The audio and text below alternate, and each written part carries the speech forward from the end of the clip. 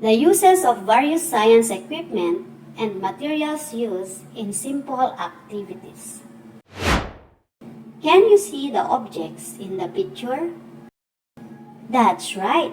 These are notebook, a ruler, and a scissors. Have you ever used a ruler to measure your notebook? Or have you ever used scissors to cut papers? These are examples of science equipment and materials that help us perform simple activities and experiments. Today, we will learn about the different science equipment and materials and discover how they help us in our daily activities. Are you ready? Let's begin! Science equipment and materials are objects used to help us observe, measure, compare, build, and test things. Here are examples of science equipment and materials. First is ruler. A ruler is used to measure the length or height of objects.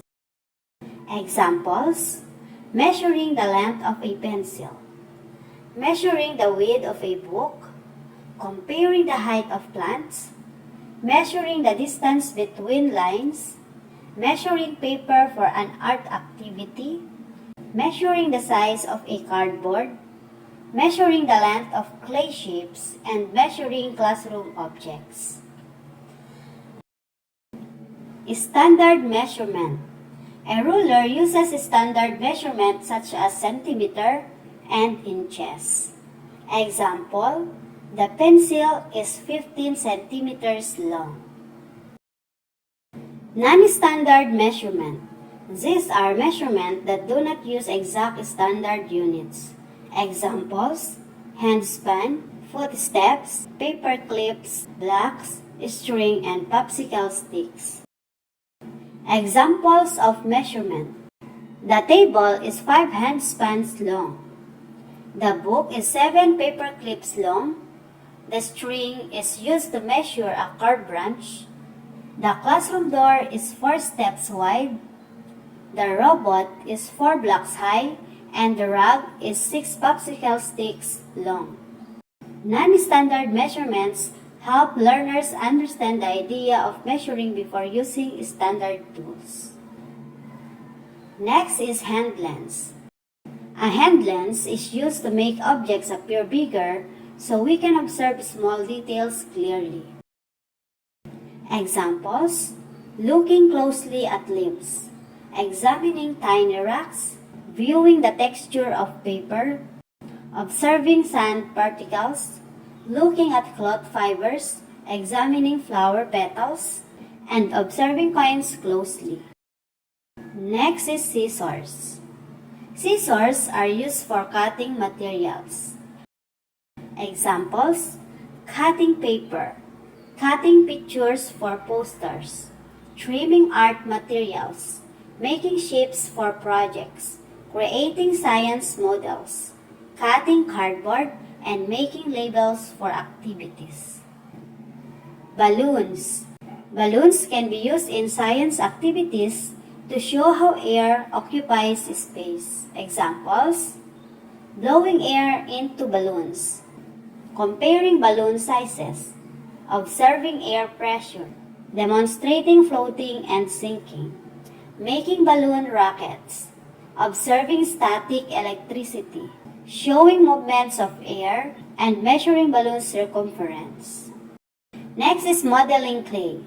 Modeling clay is used to create shapes and models. Examples: making animals, forming letters, creating shapes, building models of planets, comparing big and small objects, making balls, cubes, and cylinders, testing which shape rolls faster, and creating science project. Cardboard. Cardboard is used for building and making models. Examples: making houses, creating posters, building bridges, making science displays, creating labels, building toy cars, making simple machines, and designing projects. Importance of making careful observations when using various science equipment and materials. Careful observation is important because it helps learners notice details, compare results, and understand what happens during an activity. It also helps them use science equipment and materials properly and safely. By making careful observations, learners can also discover new ideas, explain the results clearly, and perform activities safely and correctly. Always remember, science tools help us observe, measure, and test things. Rulers use a standard measurement like centimeters. Non-standard measurements include handspans, footsteps, and paper clips. Careful observation helps us understand results and make better conclusions. Now, prepare yourselves for the following activities.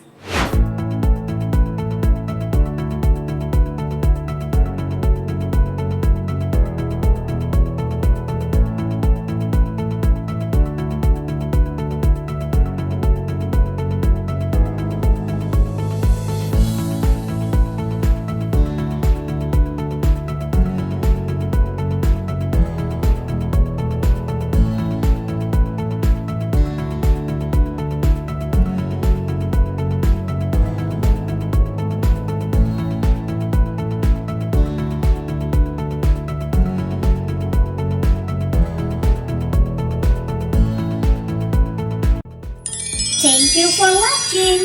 Please don't forget to like, share, and subscribe and turn on the notification bell so you'll be updated for our next lesson. Goodbye and see you next time!